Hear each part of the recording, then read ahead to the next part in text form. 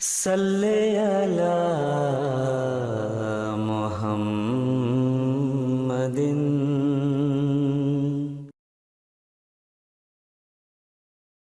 وہ پاک محمد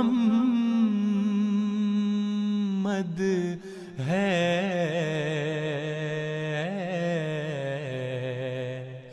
ہم سب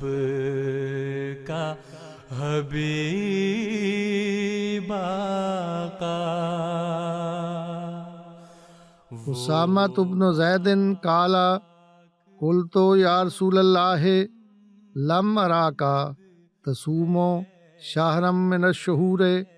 ما تصوم من شعبان قال ذلك شہر یغفل الناس عنہ بین رجب ورمضان وهو شہر ترفع فیہ الاعمال الی رب العالمین فاحب ان یرفع عملی وانا صائم۔ حضرت اسامہ بن زید رضی اللہ عنہ بیان کرتے ہیں کہ میں نے عرض کیا یا رسول اللہ، جتنا میں آپ کو شعبان کے مہینے میں روزے رکھتے ہوئے دیکھتا ہوں اتنا کسی اور مہینے میں نہیں دیکھتا۔ آپ نے فرمایا رجب و رمضان کے درمیان یہ ایسا مہینہ ہے جس سے لوگ غافل ہیں، یہ ایسا مہینہ ہے جس میں آدمی کے اعمال رب العالمین کے سامنے پیش کیے جاتے ہیں۔ میں چاہتا ہوں کہ میرا عمل جب پیش ہو تو میں اس حال میں ہوں کہ میں نے روزہ رکھا ہوا ہو۔ نبیوں کا امام آیا، اللہ امام اس کا۔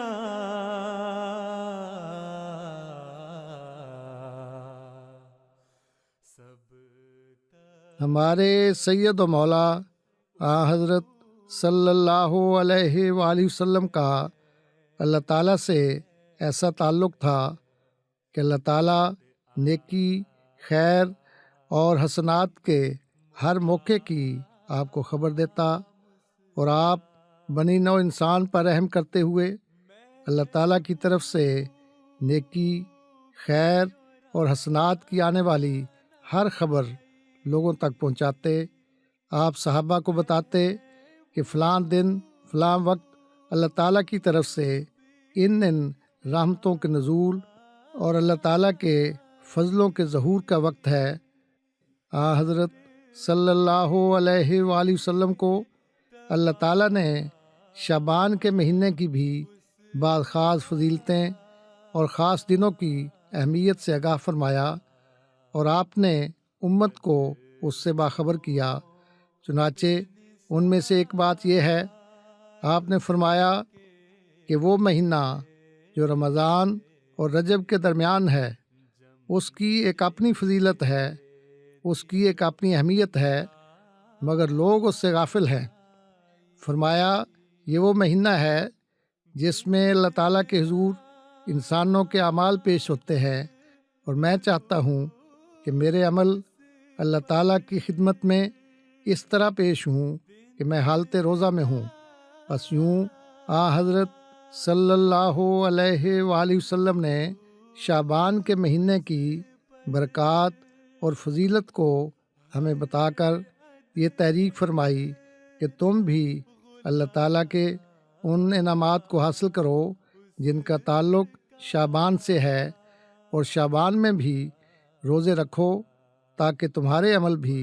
جب خدا کے حضور پیش ہوں تو تم حالت روزہ میں ہو، کیونکہ یہ حالت اللہ تعالیٰ کو بہت پسند ہے۔ دن رات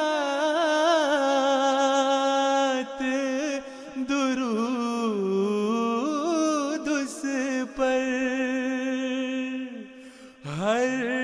ادنا غلام اس